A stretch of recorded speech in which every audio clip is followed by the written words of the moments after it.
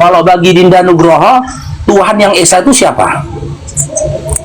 Ya Bapak, Kando. Bapak. Berarti Iya. karena dia Esa, kita berani menyatakan ya, tiada Tuhan selain Bapak dalam iman Anda. Itu yang agak bingung, Kando. Kita bingung kita. Kita bingung kita kayak gitu tuh. Cuma itulah, Kando.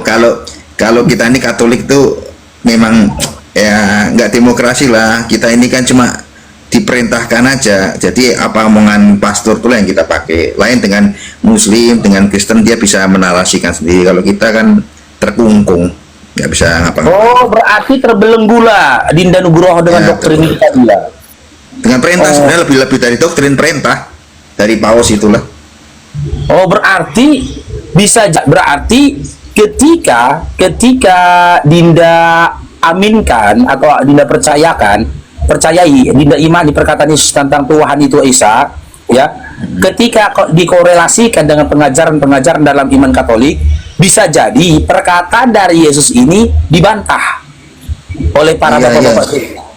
Ya sama Pak, kadang-kadang beda juga, Kando. Kayak paus tuh kan kalau di Matius kan boleh bercerai itu asal bersinah kan gitu kan, Kando. Nggak salah. Ya kalau kita Katolik nggak ada bercerai, Kando. Repot itu. Enggak, saya nggak mau bahas tentang hukum dulu. Saya tidak mau Nggak, bahas maksudnya tentang perbedaannya. Kalau ada, ya, saya kasih ketuhanan tadi. Berarti di dalam pemahaman gereja-gereja Katolik, ya, ada Tuhan selain pada Bapa. ada Tuhan selain, oh ya ada. Siapa Yesus itu? tuh. Tuhan selain pada Bapa itu Yesus. siapa? Yesus. Oh, Yesus Tuhan. itu Tuhan. Oh, Perintahnya gitu. Perintahnya gitu. berarti jika berpegang kepada perintah Katolik, ya, bisa kita katakan tidak ada teman-teman Katolik yang percaya kepada perkataan Yesus, ya. Ya memang kontradiksi ya kalau dipikir-pikir ya, Kando ya. Iya kan? Itulah repot. Ya, Iya. abang sendirilah, ya, Dinda Nugroho sendirilah.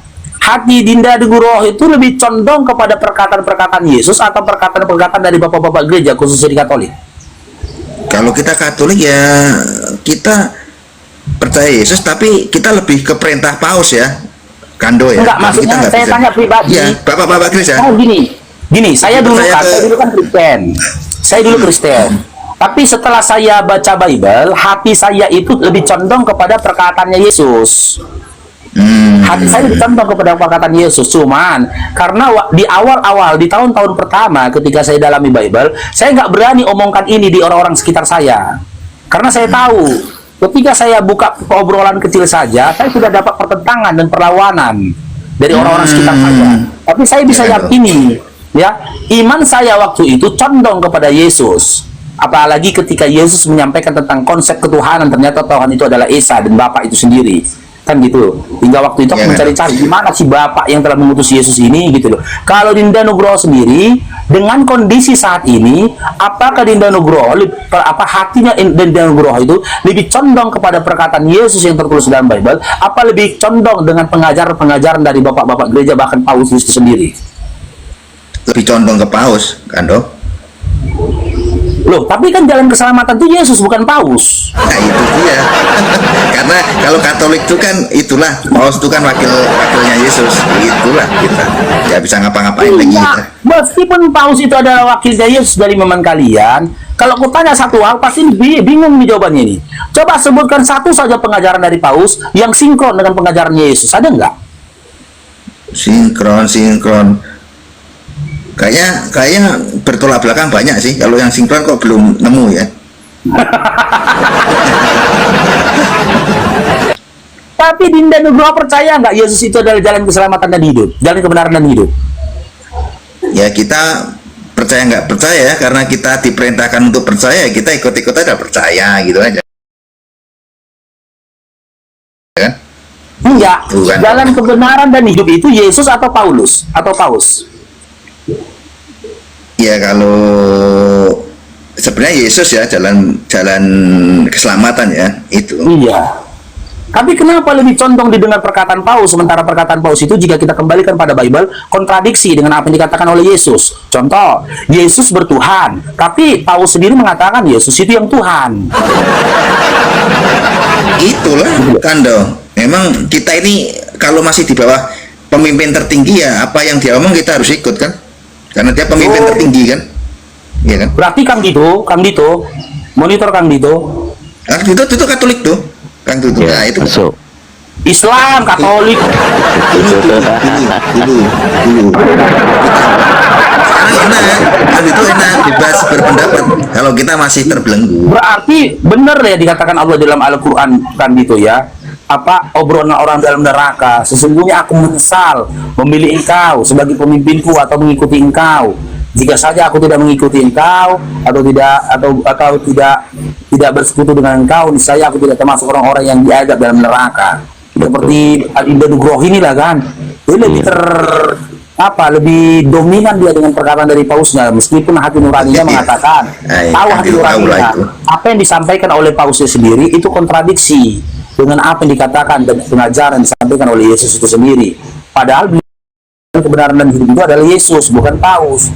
Tapi condong hati dia mengikuti Paus. Karena mungkin abang takut dia ya. Ya? Abang takut dimusuhi ya. Abang takut dimusuhi ya.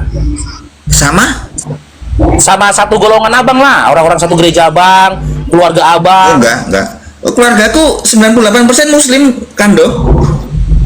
No. Oke, sekarang gini lah saya tanya, kami sama Kang Dito pun boleh bertanya, Adinda Nugroho. Apa yang membuat Adinda Nugroho itu ragu terhadap iman dan Islam? Saya nggak ragu, Kando. Memang malah saya sudah buktiin sampai ke sana, ke mana? Gunung Judi, terus ke Mediterania yang laut terbelah itu, terus Al-Kahfi ada di postingan TikTok. Nggak ragu. Cuma kan kenapa belum syahadat? lagi kita mengokein kan bukan berarti kita harus ikut kan Kando. Kayak kita nggak ragu, saya kalau Donald Trump tuh presiden Amerika nggak ragu, tapi kan apa saya harus ikut jadi warga negara Amerika kan nggak juga Kando. Iya, tapi ketika Anda yakini Donald Trump itu presiden Republik Indonesia, ketika ditanya sama presiden Anda, Amerika, presiden Republik Indonesia, ketika Anda yakini Donald Trump adalah presiden Amerika, ya kan? Ketika ditanyakan kepada Anda, siapa presiden Amerika? Jawabnya apa? Donald Trump. Donald Trump. Oke, Anda tadi tidak ragu terhadap iman dan Islam. Ketika ditanya, siapa Tuhanmu? Kalau saya Yesus. Nah, berarti Anda ragu. Anda masih ragu terhadap iman dan Islam. Ya kalau Anda yakin terhadap iman dan Islam, ketika ditanya siapa Tuhanmu, Allah, jawabnya dia. Enggak, kalau aku maksudnya yakin tuh memang itu Al-Quran tuh memang dari Allah Subhanahu Wa Taala, yakin gitu. Tapi ya sama halnya keyakinanmu terhadap Donald Trump kan. Ketika ditanya kepadamu siapa presiden Amerika Serikat, Donald Trump. Jika kau memang yakin Quran itu turunnya dari Allah dan tidak kau dapati kecacatan dalam Quran, ketika ditanya kepadamu siapa Tuhanmu, kenapa malah jawabnya Yesus? Ya sama kan Kando. Kalau aku tanya presiden Amerika siapa, Donald Trump. Presidenmu siapa? Prabowo, gitu kan ketemu. Nah, tapi yang saya tanyakan kan presidennya Amerika, bukan presiden Indonesia. Sama halnya tadi saya tanya imanmu, karena kau sudah percaya terhadap, tidak ada keraguan terhadap Islam. Saya tidak tanya tadi seperti ini kan. Siapa Tuhanmu dalam iman Kristen? Nah, kan tidak itu saya tanya tadi kan. Tapi saya tanya siapa Tuhanmu, malah jawabnya Yesus. Maka bahkan ketika kau menjawab Yesus, ya terbukti ternyata Anda pun nggak percaya perkataan Yesus. Dari data Markus 12:29 dan Matius 11 nomor 25 yang kita sampaikan tadi. Kang Dito mungkin ada yang mau ditambahin Kang Dito ke Adinda Nugroho ini untuk melanjutkan gitu. Ya, kalau saya sih nungguin KTP-nya aja, tapi karena masih menuhankan Yesus. Tapi ini kan kembali ditanya sama Aki Faruk kan, Tuhanmu siapa? Yesus. Pak Nugroho masih belum menamatkan Bible sepertinya. Tapi kalau tamat ya pasti akan meninggalkan Bible sih. Galatia 3:13 di situ kan Yesus mati terkutuk ya. Kalau disangkal itu bukan Yesus yang terkutuk, Paulus mengaminkan terkutuklah Yesus. Ya. Itu di 1 Korintus pasal 12 nomor ketiga. Terkutuklah Yesus, begitu bunyinya. Apakah Tuhan terkutuk? Nah, itu coba harus direnungkan itu. Kalau Paulus sendiri yang mengutuk Yesus dengan mengatakan terkutuklah Yesus, nah, itu bahaya itu. Ini Pak Nugroho kembali lagi mengulang dari awal. Siapa Tuhanmu? Yesus, menuhankan Yesus. Ternyata Paulus yang mengutuk Yesus kan, terkutuklah Yesus, begitu. Ya whatever itu, secara keimanan mau nyembah siapapun, kalian kupuk, mau nyembah sendal, mau nyembah sepatu, itu kan hak prerogatifnya masing-masing. Tapi saya mengajak untuk berpikir, kalau mengimani Al-Quran turunnya dari Allah, dari Tuhan yang Maha Pencipta, maka kita benar-benar perlu untuk menganalisanya. Terlebih dari terjemahan, Al-Quran bagi orang Islam adalah untuk dibaca. Iqra bismi rabbikal ladzi khalaq. Setiap bacanya satu huruf mengandung 10 pahala kebaikan yang nanti akan dihisap juga. Ini kalau bahasa agama, kita perlu tahu beragama itu pengen sebetulnya nanti setelah mati itu ngapain, yang gitu. Apakah sudah mengetahui surga menurut ajaran agama kita masing-masing? Setelah mati itu apakah ada kehidupan yang seperti apa? Masa kebangkitan kita juga harus cek. Kebangkitan di dalam Islam yaitu jasadnya yang dibangkitkan, kemudian ya hisab. Masuk neraka, raganya yang akan disiksa. Masuk neraka, maka jasadnya yang merasakan nikmat. Tapi kalau di Bible mengenai surga, saya kembalikan lagi ke teman-teman Kristen. Mungkin Aki Faruk bisa jelasin surga Kristen seperti apa.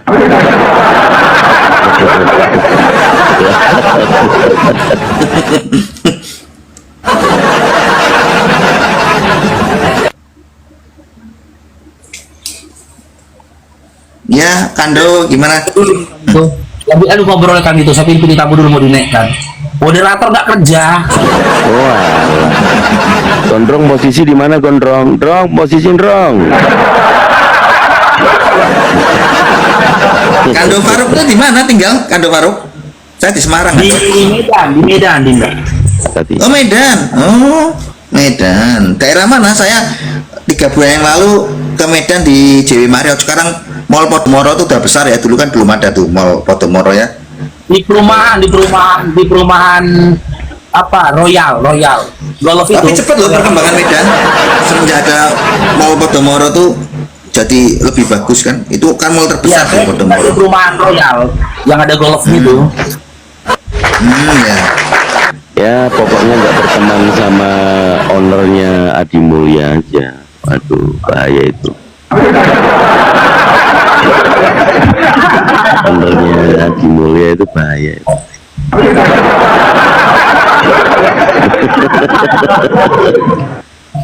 Ya Pak Nugroho, Ya. pembelajarnya Kan gitu. mungkin belajarnya apa ya, ditingkatkan lagi. Oh siap. Iya. Kalau sudah mengimani Al-Quran bahwa itu dari Tuhan, ya tinggal dibandingkan apakah Bible juga dari Tuhan. Kalau mengenai banyak sejarahnya. Bible kan memang banyak lebih persentasenya banyak ke sejarah. iya betul, makanya kalau fakta sejarah membenarkan Katolik menganggap Protestan itu penumpang gelap, ada di konsili ke-19 kan gitu, selesainya di tahun 1965, ya purely memang buatan manusia. Betul ya? Masih ngomong bau tuh.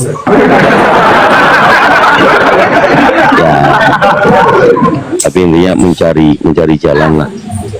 Kita jangan sampai percaya manusia sepenuhnya, karena manusia itu percaya Tuhan, kalau percaya manusia itu musyrik gitu.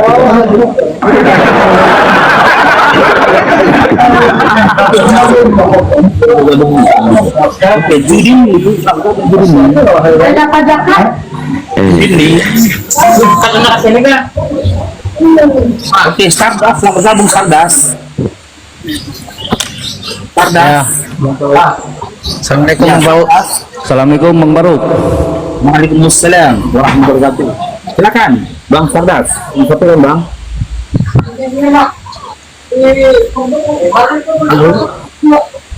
Ada titip salam aja Bang Baruk dari Tapanuli Bang Baruk. Buat gondrong.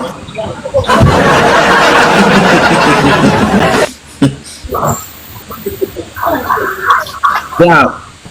Silakan aja Bang. Assalamualaikum. Oke, Aufa, selamat bergabung Aufa. Aufa. Oke, Cair dong. Assalamualaikum Bang Baruk. Selamat pagi. Selamat pagi Bang Baruk. Ya pagi.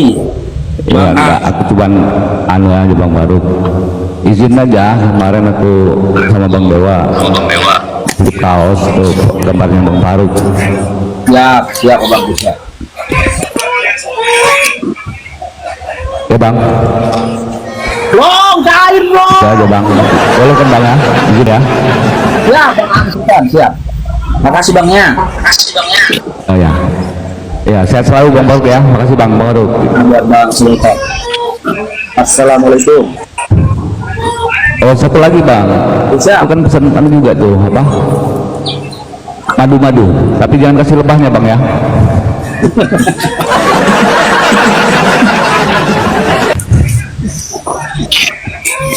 Ya, ya. Udah pesan apa belum? Oke Bang, makasih Bang. Ya, makasih Bang. Assalamualaikum Bang. Assalamualaikum. Waalaikumsalam warahmatullahi wabarakatuh. Oke, Jumadi, selamat bergabung Jumadi. Ya, selamat siang Bang, salam. Ya, mungkin ya Jumadi ya.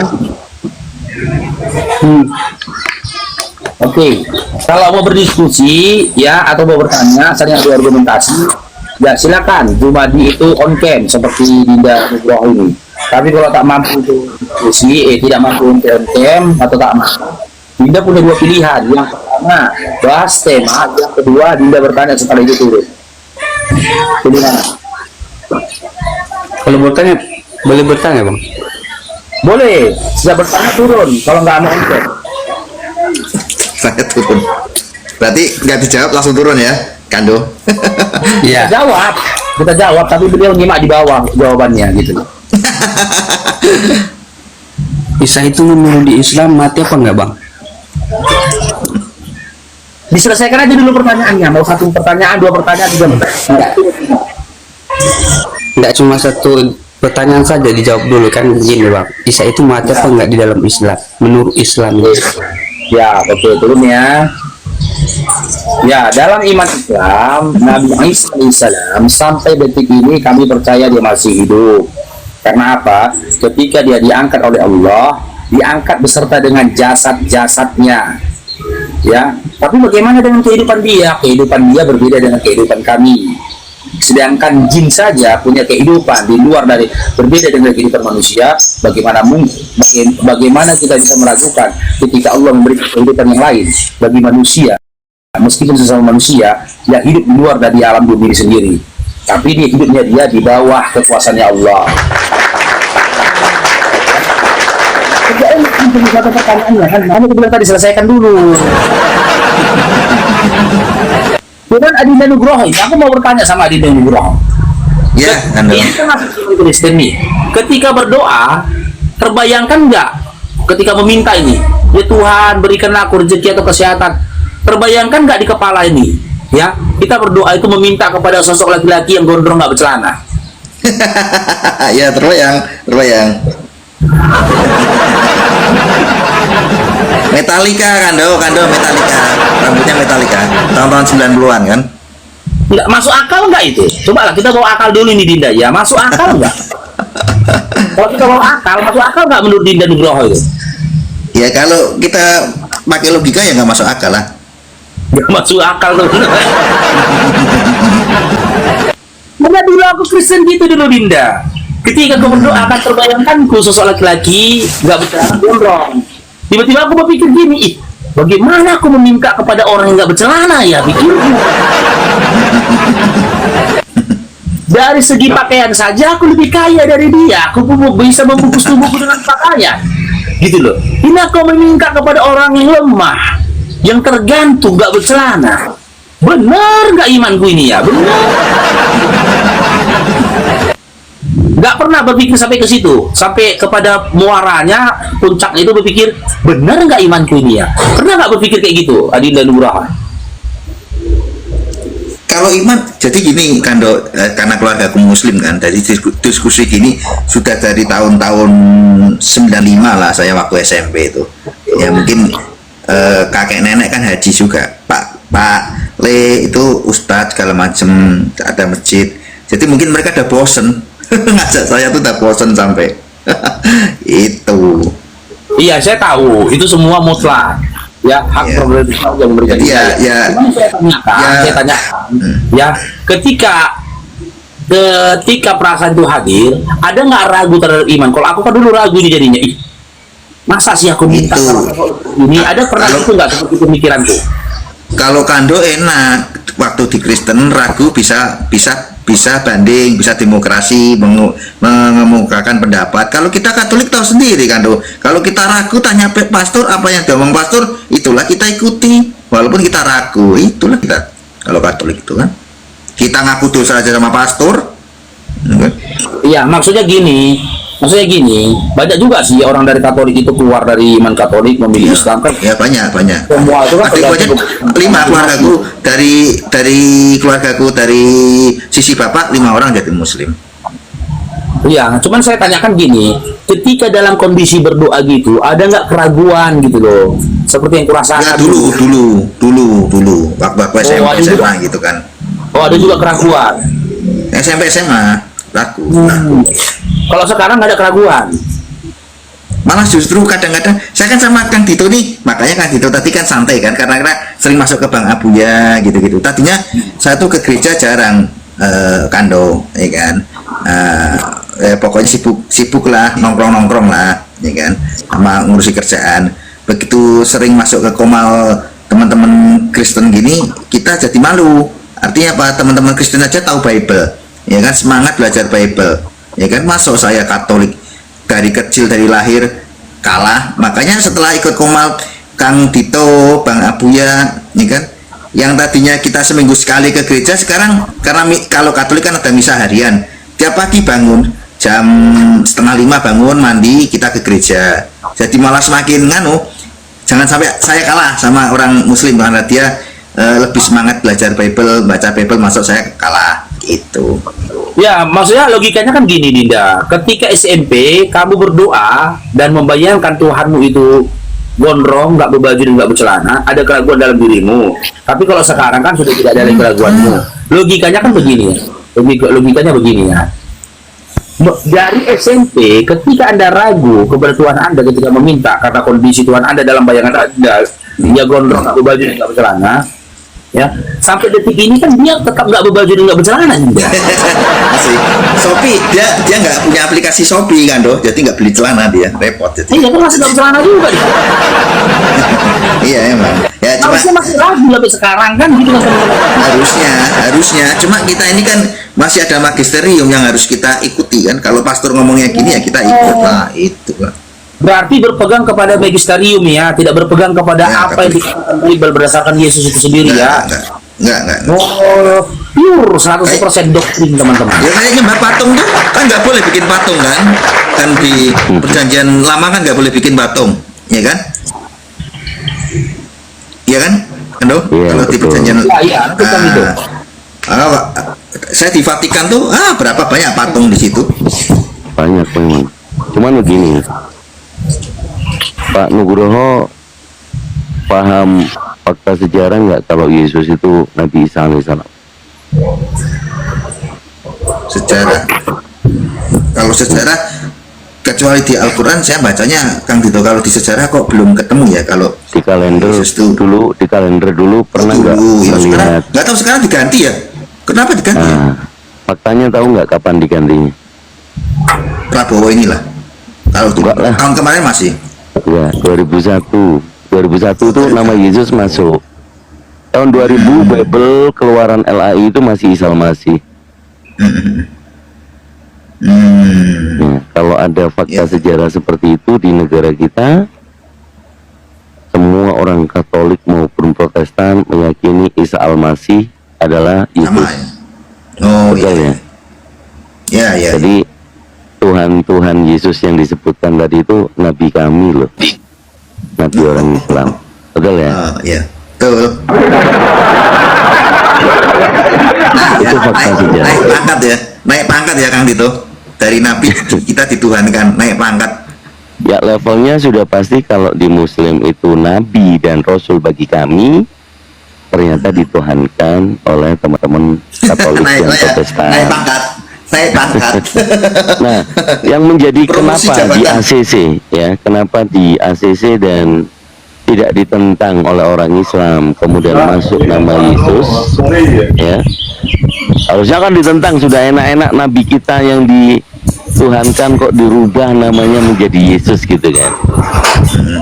Nah, hanya karena perselisihan di kalender juga dikeluarkan peringatan wafat Isa Al-Masih. Nah, itu yang membuat kita orang Islam itu akidah itu harus diluruskan. Ya, Jadi nggak apa-apa lah nama Yesus masuk menggantikan Isa Al-Masih. Tapi kembali lagi, orang-orang Katolik dan orang Protestan tidak boleh melupakan fakta sejarah bahwa Yesus yang dimaksud adalah Nabi Isa alaihissalam yang dikenal di negara kita, begitu. ya. Nah, kenapa orang Islam tidak menuhankan Yesus atau Nabi Isa alaihissalam? Di Al-Quran dijelaskan, kafirlah bagi orang yang menuhankan Isa Al-Masih. Jadi Al-Quran itu mengisahkan manusia sebelumnya, saat ini, dan yang akan datang. Pada zaman Nabi Muhammad SAW, nggak ada orang yang mengetahui yang menuhankan Nabi Isa alaihissalam. Karena nama Nabi Isa alaihissalam dikenal oleh orang Kristen atau Kristiani Jesus, kan gitu. Jesus ini oleh orang Inggris version. Tapi kalau di Indonesia kemudian ditolak bahwa Nabi Isa adalah Sorry, Kang, Yesus. Kang, kok ada suara saya apa siapa ya? Ini Pak Putrono ini, Oh gitu. mungkin dia baru. Soalnya nggak jelas ini suaranya.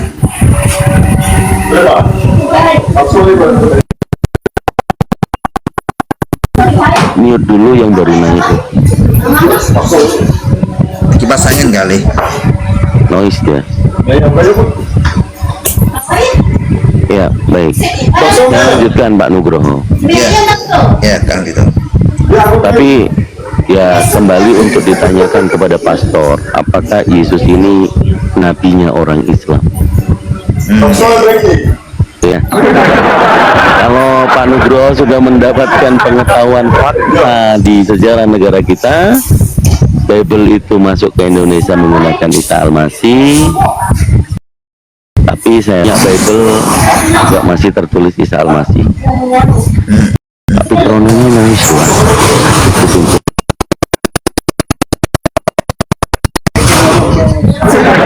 Jelas itu suaranya Kang Dito. Ini Pak Pitrono ini loh nggak nyambung, dia kayaknya dia nggak tahu, nggak pernah main TikTok kayak ini. Cek sudah aman ya. Kayak saya juga nggak pernah Kang Dito, baru-baru. Ini kan mute harusnya gitu. Iya. Gitu ya.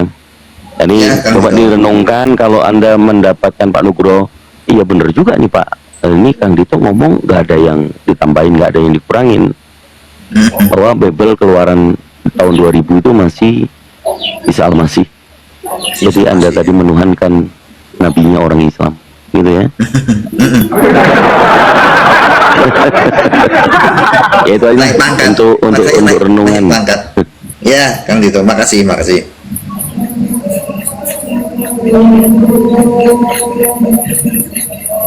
Gondrong mana gondrong? Ada tamu. Ya, Pak Hendri, selamat siang.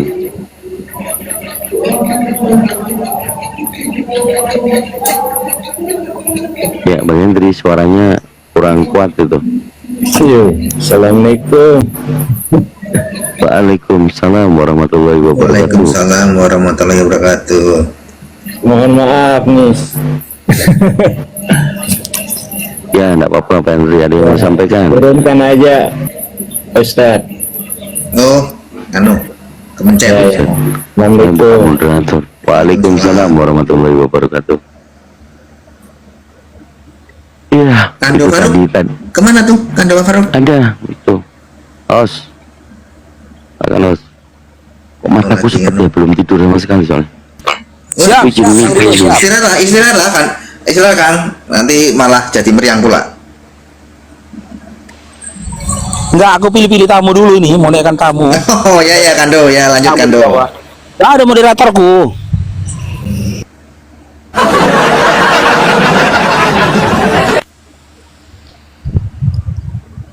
Mungkin pada Saryawan kali moderatornya. Entahlah kemana juga gondrong, nggak kelihatan gondrong.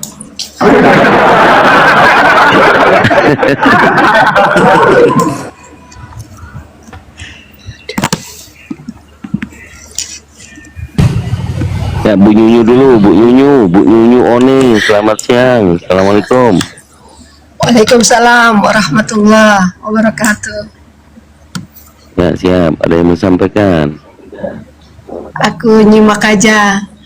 Ilmuku belum sepinter Bang Faruk dan Bang Kang Tito. Dito. Ya itu pinter Oh, iya. tuh, pinter tuh. Kang Tito sama Bang Maru tuh pinter tuh. Wah, mantap. Dia intelijensi spiritualnya maksimal. Mantap. Wah. Ini Bang Nugroho, belajar sama Ya, Bu. mereka. Ya Bu, belajar Bu. Ya makasih. Iya, terus cari hakikat kebenaran. Carilah. Bilangin Bu Nyunyu, bilangin Bu Nyunyu. Sehingga Pak Nugroho, Mas Pak Nugroho, Nugroho. ya sehingga Mas Nugroho nanti akan menemukan siapa-siapa orang-orangnya. Iya, Itu bilangin Bu kata Nyunyu, Pak Nugroho. Sayyidina. Itu kata Bilangin, Sayyidina bilangin. Ali bin Abi Thalib. Oke, Mas Nugroho. Oke, makasih Carilah Bu. hakikat kebenaran. Ya, oke. Selamat Makasih, belajar. Makasih Bu. Ya, Makasih. sama-sama. Oke, sama-sama. Sehat selalu Bu ya. Makasih Bang Faruk. Aku udah dinaikkan nih. Madu, jangan lupa madu. Kalau belum punya madu, Bu, doror madunya. Aku udah kemarin beli sama Bang Faruk. Insya Allah aku beli ya. Madu itu makanan terindah, makanan Rasulullah Sallallahu Alaihi Wasallam. Mantap. Oke Bu, dibawa dulu ya. Atau mau saya Oke, bantu tanya iya, Pak. sama Pak Nugroho? Coba nanya ke Pak Nugroho. Pak Nugroho kalau mau menuangkan nanya- nabi kami ya, gitu ya. Ya. Dia kayaknya Pak Nugroho tuh udah mulai jatuh cinta dengan Islam. Aku yakin. Ya Bu ya Bu. Iya.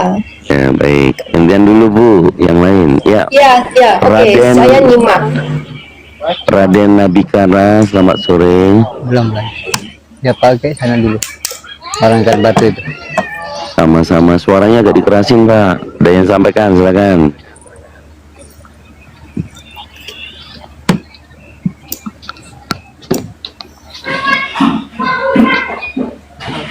Bener ya gitu. Korek. Apa rekam?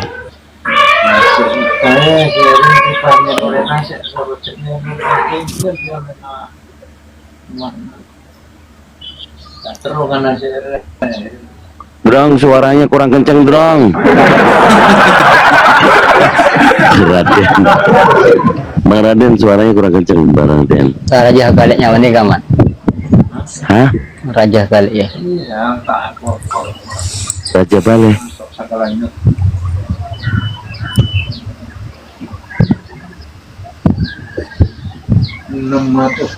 Apa itu? Yaudah kita skip dulu. Pak Raden mungkin nggak tahu suaranya kemana ya. Pencet kali. User, selamat sore user. Apa? Orang Jawa Barat Jual ginjal. ngirim ke Siapa? User, selamat sore user. Buset. Bang Hasmia Mia. Sore. Bang. Sate bang.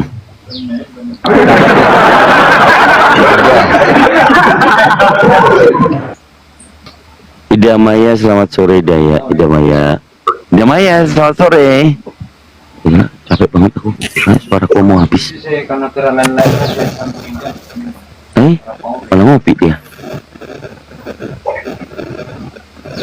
Selamat sore. Siang ya? Masya Allah. Siang. Selamat siang. Kan itu kayaknya di Eropa tuh sore. Rumah aku lah. Iya. Ini Bang Raden ngomong sama siapa sih dia? Bang. Bang lagi ngomong sama siapa bang? Aduh buset.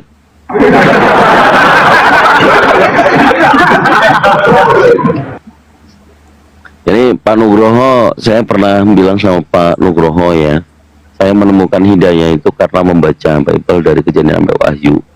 Udah dibaca aja dulu itu. Jadi kalau Oke. pemahaman sola scriptura dimiliki oleh Protestan, sementara magisterium itu oleh Katolik, maka free will itu tidak dimiliki atau kemerdekaan mempelajari suatu agama itu tidak mendapatkan sesuatu yang puas. Harusnya begitu ya. Memang karena pribadi manusia itu kan beda-beda. Ada yang karena takut, waduh nanti aku dikutuk sama Paus, Vatikan dan segala macam, atau gimana gitu kan. Tapi itu free will ya. Tapi hal yang fundamental kita beragama itu untuk mengantarkan kita ke setelah kematian nanti, gitu ya. Kalau di Islam ada namanya jangan terlalu menghambakan dunia atau ubud dunia, 100% dunia aja yang dipikirin, tapi padahal sudah menemukan yang disebut dengan iman kepada hari akhir dan juga qadha dan qadar. Qadha dan qadar ini adalah misteri ilahi, termasuk mengenai kematian. Nggak ada satu orang manusia pun yang mengetahui kapan ajalnya, tetapi setiap manusia pasti tahu kematian itu akan menghampirinya, baik dinantikan, itu akan datang masanya. Dipercepat itu juga nggak akan bisa. Jadi selagi masih di dunia banyak dikisahkan bahwa orang yang mati itu sesungguhnya ingin diberi kesempatan hidup kembali, yaitu memperbaiki pada waktu dia sebelum mati. Apa itu? Sedekah, ibadah, begitu. Jadi orang berziarah itu keilmuannya adalah banyak dikisahkan seperti Rasulullah Muhammad SAW ya, menyaksikan bagaimana Nuaiman, meskipun disebutkan itu di dalam hadis yang dhaif ya. Kemudian bagaimana Sayyidina Ali juga diberikan oleh Allah kuasa melihat Sayyidina Umar di dalam kubur.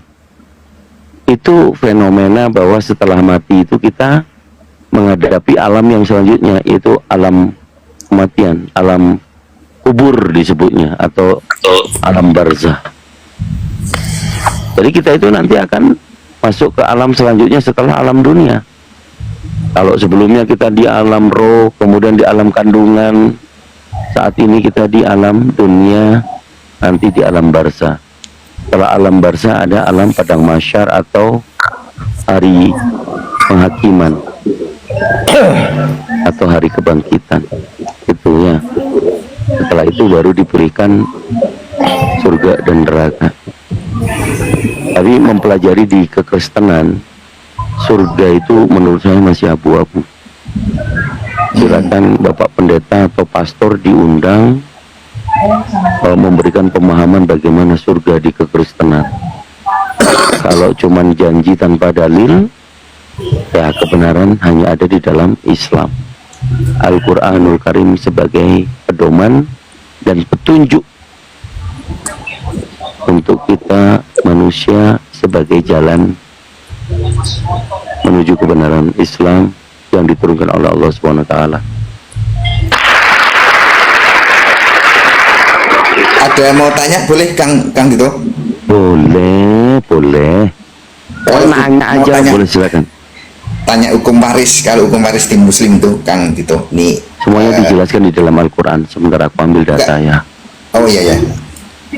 Ada case ini kemarin Pak. Pernikahan, perceraian, ahli waris.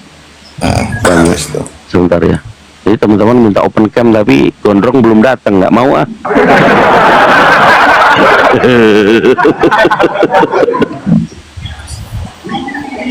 Wah Kando open cam, aku open cam lah, nggak enak lah. Nah, kita harus hormati host kan. Kita harus hormati host.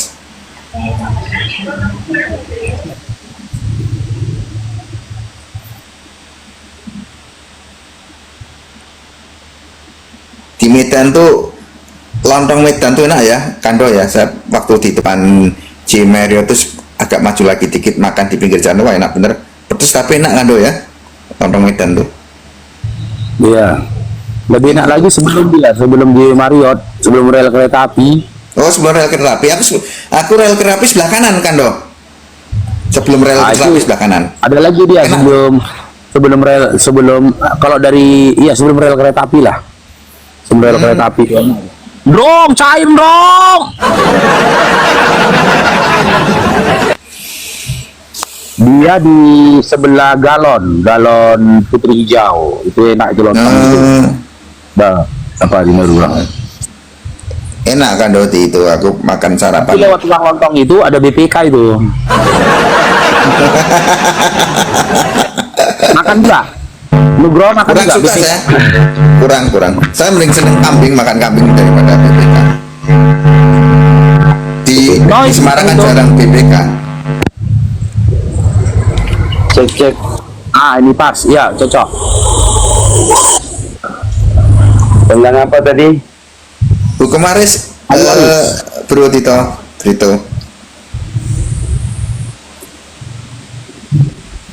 Waktu habis diaktif ini jadi bahasa Inggris.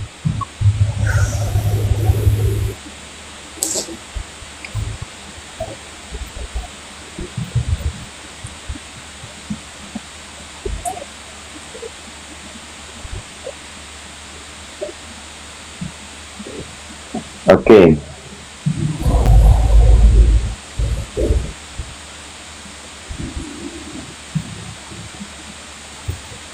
Kenapa? Coba kasusnya dulu ahli waris dulu.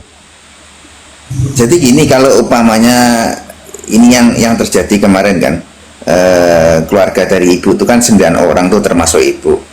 Nah, karena ibu sudah keluar dari muslim, dia tidak dapat, ada yang berpendapat masih tetap dibagi waris, ada yang berpendapat sudah nggak dapat waris lagi. Nah itu gimana hukumnya tuh Kang gitu? Kalau warisan ini kan dijelaskan di dalam Al-Quran, ya pastinya untuk orang Islam. Tapi kalau misalnya di Kristenan itu ada yang menjelaskan tentang pembagian waris, ya itu bagus. Tapi apakah ada? Enggak. Keluarga muslim, Bro Tito, di keluarga muslim saya kemarin kan waktu lebaran kan terus berunding waris, ya kan? Karena ibu sudah nggak ada kan, rata-rata sudah nggak ada, semua tinggal ahli waris, ya kan? Ya, menurut hukum Islam laki-laki itu mendapatkan lebih. Bukan, maksudku karena ibu sudah keluar dari muslim, ada yang berpendapat oh sudah nggak dapat bagian lagi karena sudah keluar dari muslim. Sedangkan ya tetap dapat lah. Ya tetap dapat lah. oh lah itu ada yang ngomong sudah keluar dari muslim nggak dapat waris, ada yang ngomong masih dapat waris. Nah, itu yang posisi benar yang mana itu? Masih dapat. Pak Nugroho, Islam itu untuk hawatalinas. Nabi Muhammad itu untuk semua manusia. Cuman karena sebagian banyak manusia yang tidak menerima, makanya disebut kafir. Kalau hukum taklid atau mungkin syariat yang diterangkan dalam Al-Quran itu yang sifatnya adalah fikih, itu tatanan di dalam Islam mengatur semua kehidupan manusia termasuk warisan tadi. Jadi kalau sebagian orang tuanya Islam, anaknya ada yang murtad, tetapi ya tetap namanya syariah, hukum Islam, namanya anak ya masih dapat bagian sesuai dengan ajaran Rasulullah. Kalau laki-laki dapat berapa, perempuan dapat berapa. Jadi intinya walaupun dia sudah murtad tetap dapat bagian waris ya, intinya gitu ya. Iya, ingat murtad dan tidak itu kan kembali ke oknum manusianya, bukan ke Al-Qur'annya. Jadi Al-Quran Islam ini untuk semua manusia. Nabi Muhammad itu diutus untuk hafatan linnas, seluruh manusia. Syariat-syariatnya ya untuk semua manusia. Tinggal manusianya, manusia ini masih kafir atau beriman.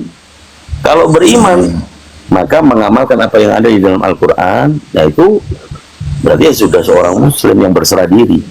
Ya, enggak, berarti intinya kalau apa namanya, ibu sudah keluar dari muslim tetap dapat bagian waris sesuai Al-Quran, tetap dapat bagian waris ya, gitu ya. Tetap dapat, kan keluarganya. Persentasenya sama ya, Kang gitu. Kalau sama dan tidaknya itu di dalam syariat ini, ya di hadis juga disebutkan, laki-laki itu mendapatkan lebih banyak daripada perempuan. Kenapa? Nah itu penjelasannya nanti di internal. Tapi intinya masih dapat ya, soalnya kemarin ada keluarga yang ngomong nggak dapat. Enggak, itu dibohongin. Supaya berarti masih dapat. Oh, berarti masih dapat ya, soalnya dia ngomong kalau memang sudah murtad hitungannya sudah nah, apa nggak ada penjelasannya kalau udah murtad nggak dikasih, nggak ada itu namanya nggak, bukan anggaran damai lah kalau kayak gitu, masih itu. Oh gitu, oke. Masih dapat, cuma itu sih. Oh masih dapat, pasti masih dapat ya, soalnya yang ngomong tuh kiai juga. Pak desa ya. Nah, tinggal lihat aja rujukannya berdasarkan dalil dari mana. Kan yang murtad atau yang ini kan manusianya. Tapi kalau poinnya di dalam Al-Quran, ya namanya warisan itu membicarakan tentang keluarga. Tatanan supaya almarhum ini meninggalkan sesuatu yang bisa dibagikan untuk anak cucunya. Almarhum nenek maksudnya. Iya, nenek kepada ibunya Pak Nugroho kan. Ya. Pak Nugroho kan murtad, ya tetap dapat. Nenek muslim kan. Dapat. Kita haji malah dihajar. Kan ada pondok pesantren, Bang. Nah itu. Masa tetap pondok pesantren dapat ya berarti ya. Masa cucunya orang pondok pesantren kok. Nah, tetap dapat ya, itu ilmu itu. Soalnya kemarin ngomong kalau menurut syariat nggak dapat karena dia sudah keluar dari muslim. Cuma nanti kan repotnya di notaris. Kalau nggak dapat berarti kan nggak tanda tangan tuh ahli waris kayak saya ini. Otomatis kan notaris nggak bisa melegalkan jual belinya kalau ahli waris, salah satu ahli waris nggak ada teken kan, seperti itu. Jadinya tabrak-tabrakan seperti itu kan. Iya betul. Ya Oke, kan mudah-mudahan. itu mungkin itu yang saya tanyakan lah, karena yang hukum waris kan kita yang nggak tahu kan. Ya daripada repot-repot terus sedang login aja gitu loh. Saya nggak ada warisan juga kok, Kang. Warisan nggak seberapa. Iya, Ya, tapi cuma kan, tanya aja, tanya ilmu kan. Oh gini, ini, oh itulah. Kalau saya memang tanyanya Kang Kando Faruk, saya jarang tanya Al-Quran, saya tanyanya gini-gini yang menambah ilmu, Kando Faruk. Jadi kalau nggak tanya kenapa kok sholat tuh 5 waktu, ngapain kita tanya-tanya kayak gitu. Kurang kerjaan, ya kan? Itu Ya, tanya yang kira-kira kita menambah ilmu. ya poin ilmu juga nggak apa-apa, nggak semuanya. Ya kita nambah ilmu. Case kemarin gini, oh zakat kemarin zakat bingung kasih ke saudara kandung, ternyata kan tadi yang penting kategori miskin ya dikasih walaupun saudara kandung boleh, itu kan. Ada yang ngomong kalau saudara kandung nggak boleh, itu beda-beda juga Kang gitu. Kalau saudara kandung itu walaupun miskin kita masuknya kriteria sodako, ada yang ngomong zakat boleh. Nah, itu ya bingung juga kan. Tuh. Gimana Kang gitu? Kalau itu penjelasannya gimana Kang gitu? Masalah zakat itu. Kalau zakat orang kafir mah tidak diwajibkan. Yang diwajibkan Maksudnya bukan kemarin waktu lebaran itu kan keluarga kan muslim semua lah, maksudnya zakat tuh ada yang ke adiknya ibu kan kurang mampu dikasih lah, itu termasuk sedekah apa zakat? Bukan saya ngasih, bukan Pak D ya, itu termasuk sedekah apa termasuk zakat gitu. Kalau zakat sama itu ya, ada rukunnya. Zakat fitrah itu ada rukunnya. Yang penting kepada satu orang yang tidak mampu atau kepada mu'alaf. Mu'alaf itu dapat. nggak, kalau yang nggak mampu walaupun itu adik kandung masuknya kategori zakat apa sedekah? Ya, kalau saya kembali lagi ya, kalau ilmu tentang amir itu atau perihal zakat yang tepat kembali lagi. Nah, kalau misalnya punya saudaranya nggak mampu, nggak ada beras makan pun, katakanlah sehari sekali, ya itu termasuk kena dalam hal wajib diberi zakat. Oh, berarti kalau saudara kandung pun kategorinya kita bantu dia tuh zakat ya, ketemunya kita bisa Ya, memberi mungkin zakat. pendapatnya Givar gimana tuh? Aku nggak ikut mondok itu. Kando, yang masalah Faruk, zakat. gimana itu? Oke, kalau dari pengetahuan Bang Faruk ya, kita pahami dulu apa poinnya masing-masing. Kepada saudara ini, kita wajib memuliakan saudara kita, terkhusus lagi saudara kita senasab, ya sedarah, ya. Ada hal yang lebih mulia kita berikan kepada dia daripada daripada zakat. Apa itu santunan? Kan gitu. Contoh nih, zakat fitrah itu kan 50.000 tuh beli berasnya, kan gitu. Kalau memang kita punya lebih dari 50.000 itu, 100.000-nya kasih ke keluarga kita. Jangan kita jatuhkan dia dengan zakat kita, tapi kita santuni dia. Zakatnya berikan kepada orang lain, kepada orang lain yang bukan satu keluarga kita. Tapi kalau memang kita nggak punya harta apapun nih, terkecuali zakat itu tadi, nggak apa-apa, kita berikan kepada keluarga kita tadi, kakak kita, abang kita, zakat itu tadi. Tapi dengan jaminan ya, kita nggak punya harta apapun lagi. Jangan zakat kita berikan kepada dia, gitu loh. Sementara ada hal yang lebih mulia daripada itu yang bisa kita lakukan pada dia. Apa itu santunan? Sama halnya dengan anak yatim. Anak yatim itu tak pantas dizakati, tapi disantuni. Terkadang kan umat ini kan karena pelit media, ya kan? Karena pelit media. Ketika pas waktu mau zakat fitrah, dikasih zakat yang keluarganya atau zakat mal. Dia mau ngasih ke keluarganya ketika waktu jatuh zakat mal. Padahal sebelum jatuh di nisab zakat mal dia punya harta, tak dikasih sama keluarganya. Karena sesungguhnya zakat itu adalah cara kita membersihkan harta. Namanya kita membersihkan harta ya, sesuatu yang kotor dari harta kita itu dikeluarkan supaya bersih. Nah, yang kotor kita kasih sama keluarga. Kalau memang sudah mentok ini, Bang Nugroho sudah mentok ini, aku nggak punya harta lagi nih ketika mau berzakat fitrah.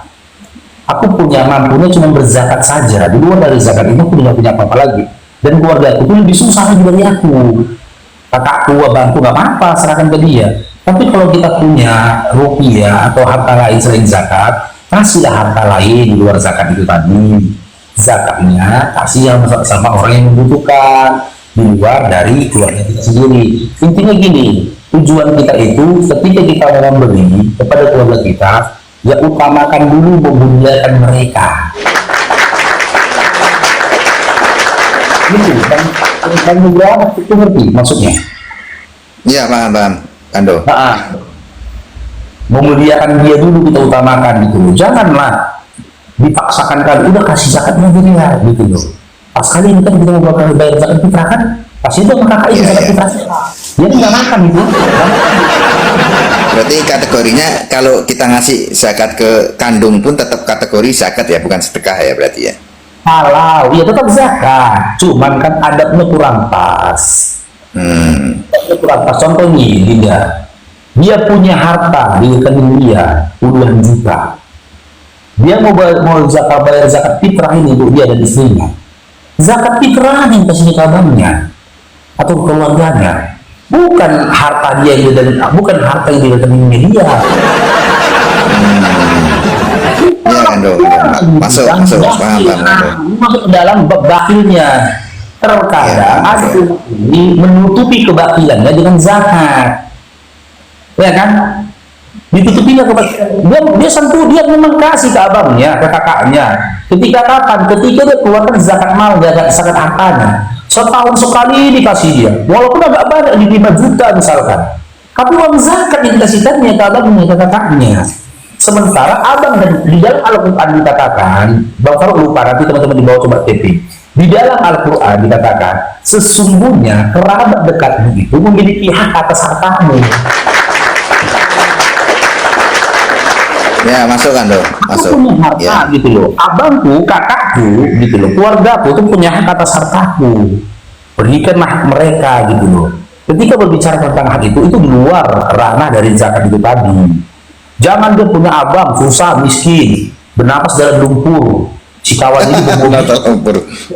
Iya, si kawan ini adiknya ini bermobil, dia mau ngasih adik kakaknya itu hanya uang zakat aja, tungguinya zakat setahun. Ya kan, misalkan nisab zakat dia itu jatuhnya di bulan 3, padahal di bulan 11 udah cengak-cengak napas abangnya. Dalam hati dia Kopasca kan dong, kayak Kopassus bernafas dalam lumpur. Kopassus bernafas dalam lumpur. Macam Kopassus, beli di Kopassus itu. Kalau Kopassus masih segini ke lumpurnya bang, Kopassus. Ini orang kalau di sini kan di sini lumpurnya bang, di dalam jangan begitu ya, disantuni keluarga kita yang tak mampu itu disantuni ya, jangan kalau boleh jangan dizakati. Tapi kalau kita tidak punya apapun, tak punya ini harta apapun, kita punya cuma zakat fitrah ini saja, memang sebaiknya berikan kepada keluarga kita yang memang kesusahan, jangan dulu ke orang lain. Oke kan dong, sip. Tapi kan kalau kita lihat zaman sekarang ini kan nggak ada nggak ada kondisi keluarga yang kayak gitu. Ketika dia mau berzakat, dia nggak punya uang 1 rupiah pun lagi, kan nggak mungkin kan, belum pernah jumpa. Ya nggak ada. Ya kan dong. Ketika dia berzakat, dia di malam ini malam takbiran, besok makan rendang juga ya dia. Kan berarti ada rezeki dia. Nah, kenapa tidak dialokasikan dia? Zakat dia diberikan kepada keluarga di luar dari keluarga dia yang satu nasab kan gitu, di luar dari kakaknya abangnya yang tidak sedarah sama dia, zakat diberikan. Uang rendang itu dibaginya 2, bisa cuma itulah uang dia. Rendang misalkan sekilo daging 180.000, dibagi 2 sajalah, 90.000. Yang sana bisa makan ikan lele, kita bisa makan ikan teri di hari lebaran.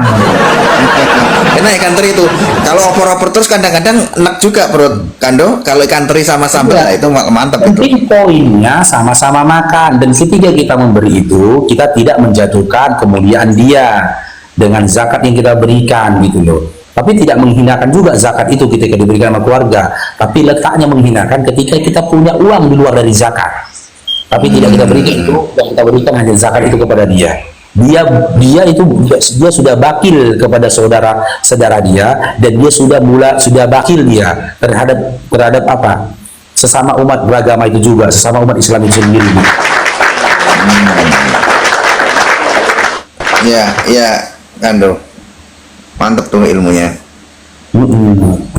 Karena muslim ini begitu bang, kita ini harus memperhatikan saudara kita ya, yang lebih utama itu saudara dekat, harus kita perhatikan gitu loh, jangan kita biarkan. Cuman terkadang kan kita dihadapkan dengan ujian itu apa? Terkadang ujian itu begini, ada keluarga kita tidak mampu, tapi dikehendaki Allah atas dia itu kelakuannya itu nyalah. Ngerti Bang Nugroho maksudnya nyalah? Apa tuh? Sikap dia itu nggak berkenan sama kita. Contoh, keluarga kita ini mungkin malas, keluarga kita ini mungkin udahlah dia tolong ke kita, sering mengolok-olok kita, ngelawan kita gitu loh. Di depan kita itu nggak enak kelakuan dia gitu loh, ya kan? Itu sebenarnya ujian buat kita. Terkadang kita jadikan ujian itu sebagai senjata, alasan kita tidak nolong dia. walaupun abangku dia, ngapain ku tolong? Orang bandel kiri dia. Walaupun abangku dia, ngapain ku tolong? Orang pemanas dia, pemanas. Tapi kalau Orang di luar dari abangmu tadi, ketika kau sedekahi, kau nggak tahu, mungkin dia lebih pemalas daripada abangmu. Bang Faro kan orang Batak ya, mohon maaf ya, orang Batak ya. Iya, iya. Didiannya memang aduhai kalau Batak. Walaupun orang tua kaya raya, anak tuh tetap harus sekolah tuh harus susah-susah itulah ya. Keren didiannya. Terkadang letak ujiannya kayak gitu. Contoh juga anak yatim ini teman-teman. Anak yatim ya kan. Rata-rata anak yatim itu memang nakal. Rata-rata itu anak yatim itu nakal. Karena dia kehilangan sosok yang ditakutinya. Jadi pengayom dia, bapaknya gitu loh. Cuman kadang kita kalau nengok anak yatim, ngapain dia apa ya anak yatim itu bendel kiri gitu. Ya. Bang Waruk, kasih saya moderator. Ini Oten di bawah kejang-kejang nih. Aku jambak dulu. Siap. Ayo, aku jambak nggak mau naik, aku bisuin. Kita kan ngobrol biasa kok kejang-kejang. Kan banyak kita temui di lapangan kayak gitu kan. Padahal dia nggak sadar bahwasanya nakalnya anak yatim itu ujian untuk dia. Supaya apa? Supaya dia gimana kesungguh-sungguhan dan keikhlasanmu ketika kau menyantuni anak yatim. Allah menguji keikhlasanmu. Contoh nih teman-teman, di sekitar rumah kalian ada anak yatim, akhlaknya luar biasa, penghafal Quran dia lagi, bacaan Qurannya luar biasa, amal solehnya luar biasa. Mungkin kalian tetangganya nggak sempat tuh ngasih nyantuni dia, nggak akan sempat, karena udah sempat viral dia. Nanti yang datang nyantuni dia itu Mbak Wong, sisa apa? Siapa? Si Salim itu, tiktokers itu yang si Salim itu, orang-orang kaya yang datangin dia. Kau cuman kasih 50.000, orang yang datang nyantuni dia 50 juta, nggak dirasa dia uangmu. Yang datang jadi konten pula. Ya kan? Iyalah, nggak dirasa dia. Oh, siapa yang tidak mau bersedekah kepada orang seperti itu? Ya Willy Salim. Siapa yang nggak mau menyantuni anak yatim kayak gitu? Soleh, hafal Quran 30 juz, bacaan Qurannya luar biasa, amal solehnya luar biasa, lomba-lomba orang. Kau meskipun tetangganya cuma mampu ngasih 10.000, karena diterjenya uangmu dari terje. Makanya kadang dibikin ujiannya seperti itu. Anak yatim itu nakal-nakal. Jangan kau pandang nakalnya, kau pandang pada perintahnya. Nabi Muhammad SAW tak pernah mengatakan kalau anak yatim yang nakal gosok santuni. Yang nakal tuh biasanya nganu kan do, anak kolong kan do. Kalau anak yatim nggak banyak. Biasanya mau dia Kalau anak kolong parah-parah. Iya, kalau dia nggak punya ayah biasanya itu nakal itu. Anak yang besar tanpa ayah nakal itu. Tapi tumbuh berkembang dia nanti, ya tergantung kondisi dia. Kalau dia nanti dekat sama orang-orang yang benar-benarlah dia. Kalau dia condong kepada berteman, tumbuh kembang dia berkembang dan berteman dia sama orang yang benar, nggak benar lah dia. Begitu dia, Pak. Gitu dong. Ya, kan? Terkadang kita tuh gini, pelitnya kita.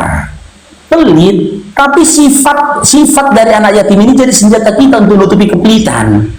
Ada anak yatim depan kita kan, kita pelit sebenarnya, nggak mau ngasih dia. Itu anak yatim itu ngapain? Itu anak yatim itu butuh bantuan itu gini-gini. Ngapain dikasih itu bandel dia gitu? Padahal pelit dia ini, pelit. Memangnya nggak ngasih dia sebenarnya. Tapi dijadikannya kenakalan anak yatim itu jadi alasan dia. Jadi alasan dia malas aku ngasih itu katanya. Malas.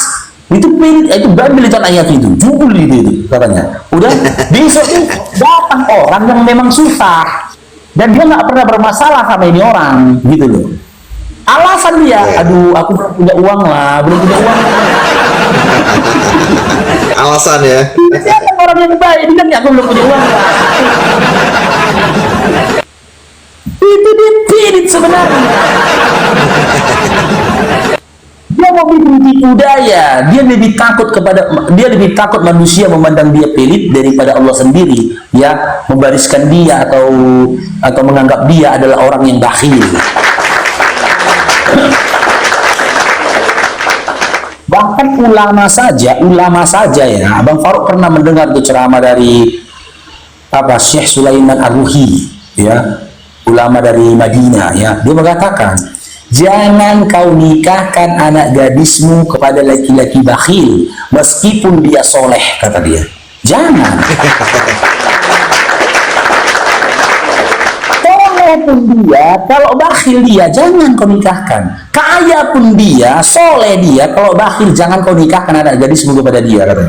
Karena apa? Menderita nanti anak gadismu, menderita. Ya kan, uang jajan, uang belanja dijatah, iya deh, dijatah. Kalau udah dakil ini, sadis, hatinya kejam. Contoh nih, si istri udah ngomong ini, pura-pura dia nangis di samping suaminya. Kenapa kau? Kenapa kau? Mama aku sakit. Dia mau butuh berobat, nggak ada uang. BPJS, Nanti BPJS. punya alasan. Punya alasan si pelit ini, dibilang dia, kau itu orang yang beriman. Jangan menangis. Orang soleh itu kalau dia pelit nggak langsung tunjuknya pelitnya. Pasti dibilang dia gini, ditunjukkannya kesolehannya dengan seakan-akan dia soleh, padahal bakil. Bilangnya, kau tuh orang beriman istriku, tak perlu kau menangis. Istri udah senang kan, cair nih, dibantu dia ini lagu tuh bawa makku berobat ini. Apa kata suaminya? Bawa dalam doamu, katanya. Kalau enggak gini kan Bawa dalam doamu. ditangisi gitu ya, ditangisi gitu. Kalau enggak jawabannya makanya ikut BPJS, berarti bayar sakit gratis kau nih. Enggak mungkin. Di Nugroho enggak mungkin orang soleh itu ngomong kayak gitu, enggak mungkin orang soleh. Nggak mungkin ya. Dia Mungkin akan ya. membawa-bawa itu dalil-dalil dalam agama. Bawa dalam doa. Padahal dia pilih. Nanti kalau istrinya tengok kan, bang, cantik kali lah aku tengok cincin ini, aku kepingin. Kau jangan kecintaanmu terhadap dunia terlalu berlebihan, jangan. Dunia ini tempat kita meninggal, bukan tempat kita Kena jambret. kena jambret pula. Dunia ini indah, kata dia. Batasi pandangan terhadap dunia indah. Dia cerita kayak gitu, dia lupa bahwasanya ketika dia memberikan kepada istrinya itu hitungan sedekah untuk dia. Cuman untuk nutupi kepelitannya dibilang kayak gitu. Batasi pandangan terhadap dunia ini. Tidak menderita dan punya suami kayak gitu, nggak menderita. Menderita nggak kalian itu? Menderita karena suami pelit. Kedua, menderita karena kalian di toko-toko yang suami pelit.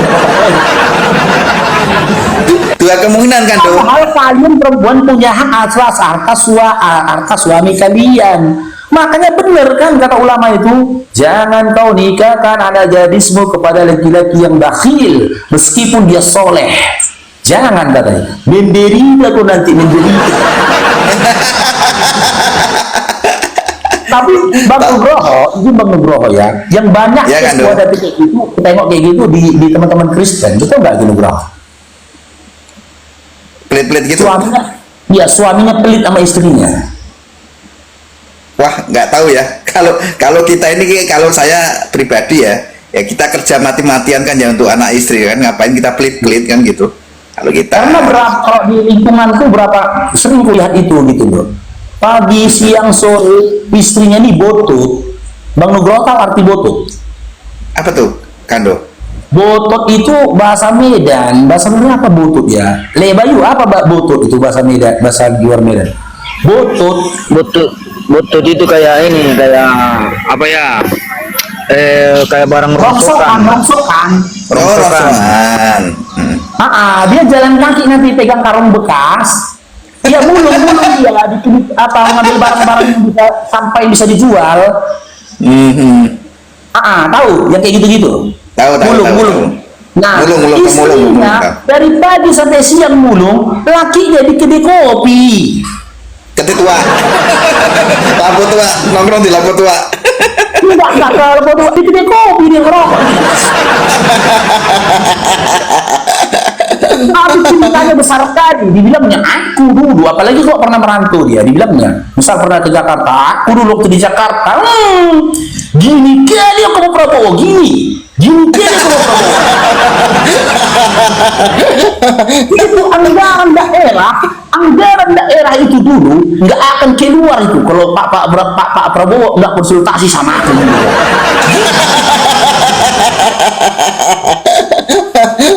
Rata-rata betul gitu kelakuannya, padahal di depan dia istri nggak lewat itu sambil marbutu. Tanggup suaminya duduk di persimpangan, sementara istrinya itu marparnap. Marparnap itu gini, Bang Nugroho, apa mengais-ngais tempat tumpukan sampah, tempat sampah, makanan-makanan bekas, nasi-nasi basi, itu dikumpulin di Medan laku dijual untuk makan babi. Itu per kilo, itu laku itu dijual itu di Medan ada, ya kan? Suaminya, istrinya kerjanya gitu loh. Suaminya sanggup duduk di persimpangan ngobrol-ngobrol merokok sama orang.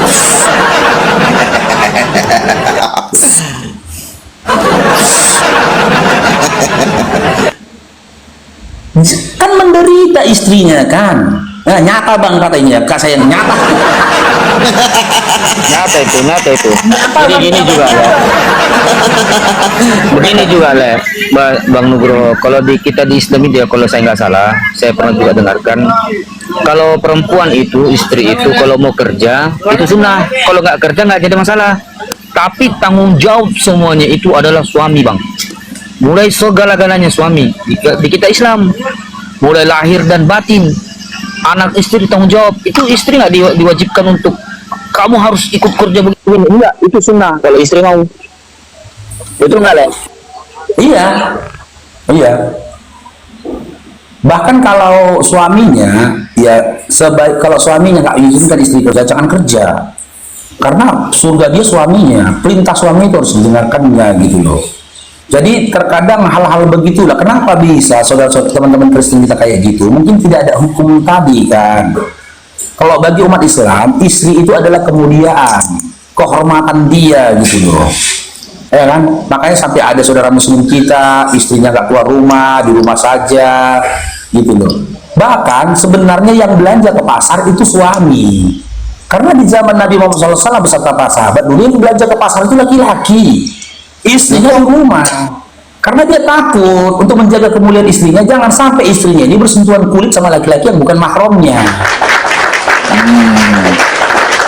Itu yang dijaga, supaya jangan bersentuhan kulit. Dari pasar itu kan padat manusia. Kalau perempuan sekarang jangan cerita, nggak ada disuruh suaminya, tiba-tiba suami scroll TikTok apa Facebook ini, scroll TikTok, istrinya udah foto kayak gini.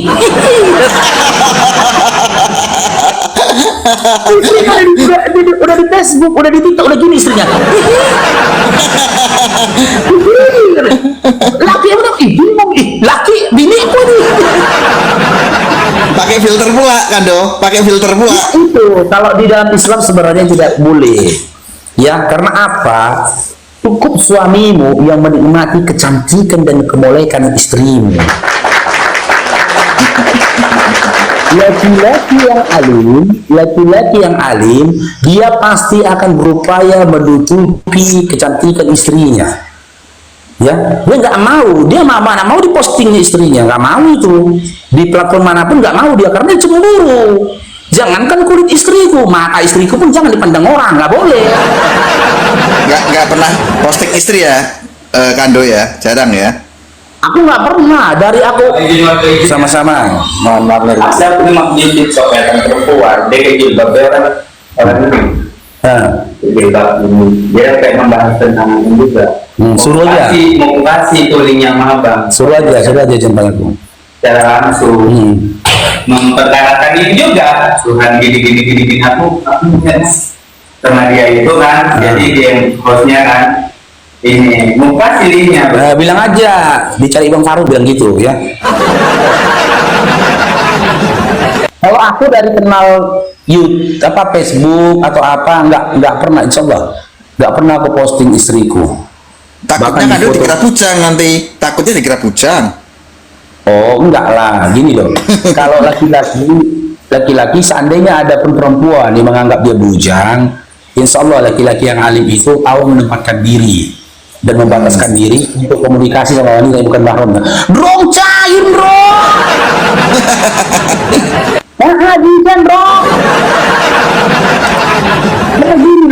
Makanya Bang Nugroho ya, kita banting tulang untuk memberi nafkah sama istri, banting tulang kita untuk beli skincare istri misalkan, banting tulang kita untuk beli hand body-nya istri supaya dia putih kinclong. Lah orang yang menikmati rugi bandar Kando, rugi bandar. lah orang yang nengokin putihnya istri kita misalkan, orang yang nengokin moleknya tubuh istri kita misalkan. Aku yang banting tulang kok pula yang mandang-mandang. Ya kan? Ya, betul Kando. Makanya laki-laki yang tidak memiliki kecemburuan terhadap istrinya, dikatakan Rasulullah SAW, dijauhkan, jangankan neraka, wangian neraka pun dijauhkan atasnya. Nah, untuk saudari-saudari muslimah ya, hindarilah ya, laki-laki dayut, hindarilah berfoto-foto, bervideo kan gitu. Bukan apa, kasihan suaminya. Dan pulang dia, masa aku juga boleh nengok istri temanku, saudaraku. Aku punya pengalaman ini Bang Nugroho, aku punya pengalaman. Ini temanku ngaji dan rumah dia pun nggak begitu jauh dari aku. Suatu ketika aku mengantarkan istri ke klinik. Di depan klinik itu ada seorang perempuan senyum nih, aku nyapa aku buang muka, lalu aku tengok, udah pulang aku dari rumah, dibilang istriku, kau tahu nggak siapa perempuan tadi? Enggak, aku bilang, ih parah kali kau nggak tahu aku siapa perempuan tadi, kata dia. Enggak, aku bilang, siapa rupanya? Itu istri si Iwan, kata dia. Istri si Iwan ini teman dekatku, satu pengajian sama aku, rumahnya pun nggak begitu jauh sama aku. Itulah istri si Iwan. Jadi aku bilang, jadi menurut kau harus kupandang-pandang istri kawanku. Kita tidak mungkin kupandang-pandang istri kawanku. Aku pun baru tahu itu mukanya karena memang udah jepret di depan mataku kan. Beberapa kali aku ketemu sama temanku. Itulah luar biasanya kami Islam. Kami muliakan teman kami dengan cara kami tidak berani memandang istrinya. Takutnya gayung bersambut Kando, ya kan, jangan dipandang. Takutnya gayung bersambut, repot pula kita. Memang kami diperintahkan untuk menjauhi zina. Kalau ini Dinda Nugroho datang bertemu ke rumahku atau kita ketemu di jalan, yang ku tengok itu kamu, istrimu itu akan kualihkan pandanganku, terunduk pandangan kemudian istrimu, akan ku tengok itu kayak mana bentuk mata istrimu, kayak mana hidung istrimu, kayak mana hidung. Dan gak ada pula umat muslim ketika ketemu gitu loh. Aku ketemu sama Nugroho di jalan, aku sama istriku, ku bilang pula gini, kenalkan ini istriku, itu nomor. Gak ada umat Islam kayak gitu, gak ada. Ketika aku ketemu sama temanku laki-laki, istriku ku tarik ke belakang. Aku berhadapannya gitu loh. Iya, sama-sama ada. Berhadapannya sama aku gitu loh. Gak aku tawarkan istriku, kenalkan istriku Nugroho, kenalkan.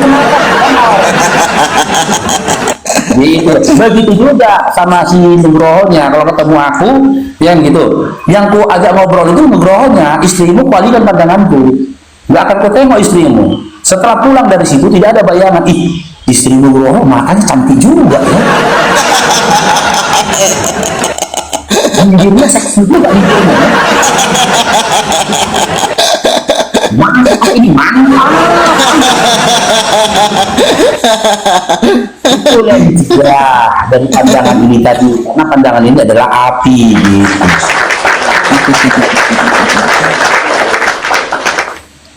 Dari penjelasan ya, tadi Kando baru follow ya. Jadi nanti kalau keren, saya seneng nih masuk sini nih. Keren. Saya sering ke Medan Kando. Nanti kalau aku ke Medan aku kontak lah. Sering ke Medan aku. Ya, siap.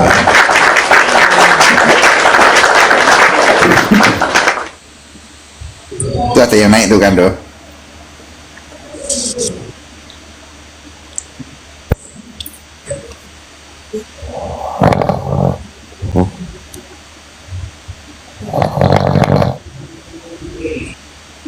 Siapa ngorok ini?